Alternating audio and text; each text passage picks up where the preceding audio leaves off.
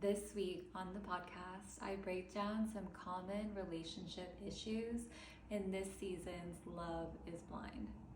Although it's a reality TV show, it can model different relationship issues. The first is Calabria and Edmund. If I was working with this couple therapeutically, I would definitely help Edmund unpack some of his childhood trauma that's impacting the way that he's showing up in adult relationships.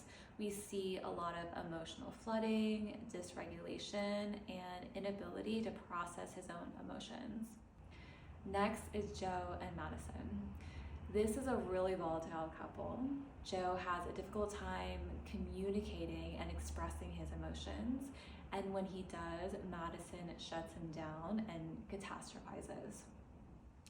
If I was working with Joe, I would work with him on communicating his emotions better and not getting stuck in situations where he feels like he doesn't have a voice or power.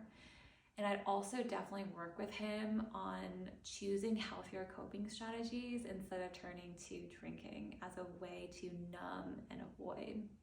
With Madison, I would work on her cognitive distortions. So her tendency to jump to conclusions or catastrophize and not give herself and her partner the space for their own emotions. Another couple that has a lot of difficulties is Annie and Nick.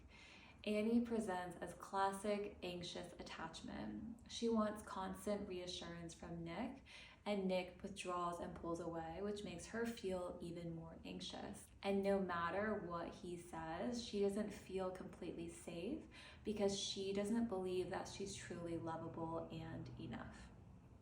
Therapeutically, if I was working with Annie and Nick, I would focus on their attachment styles and help her build up her sense of self-esteem so she's not constantly looking outward for someone else to validate her.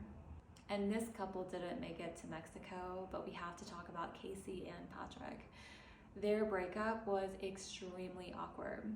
And we see that Casey has a classic example of a fawn response, which is a dysregulated nervous system.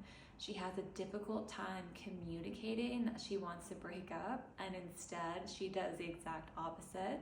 She wraps herself around him and doesn't tell him that she wants to end things, and they are both confused and stuck together.